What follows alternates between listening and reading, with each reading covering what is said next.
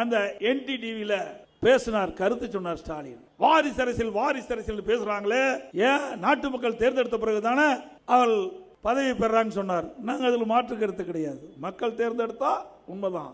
ஆனா திமுக குடும்பத்தை சேர்ந்தவர்கள் தான் திமுக தலைவராக முடியும். அப்படி ஆட்சி அதிகாரத்துக்கு வருகின்ற பொழுது திமுக குடும்பத்தை சேர்ந்தவர் தான் முதலமைச்சர். அதுதான் வாரிசு அரசியல். ஸ்டாலின் அவர்களே, துணிச்சல் இருந்தால் சொல்லுங்கள். திராவிட முன்னேற்ற கழகத்துக்கு உழைத்தவர்கள், நாட்டு மக்களிடம் நன்மதிப்பு பெற்றவர்கள், நிர்வாக இடத்திலே அன்பை பெற்றவர்கள், அவர்கள் யாராக இருந்தாலும் திராவிட முன்னேற்ற கழகத்துக்கு தலைவராகலாம் என்று சொல்லுங்கள் பார்க்கலாம். தில்லு திராணி தெம்பு இருந்தால் சொல்லுங்க.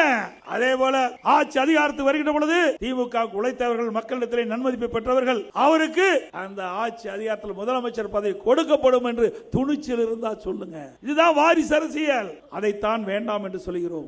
மக்களும் அதைத்தான் விரும்புகின்றார்கள். தொடர்ந்து இவர்கள் வெற்றி பெற்று வருகின்ற இவர்கள் ஆட்சி அதிகாரத்தில் வந்தால் சர்வதிகாரியாக ஆகிவிடுவார்கள்.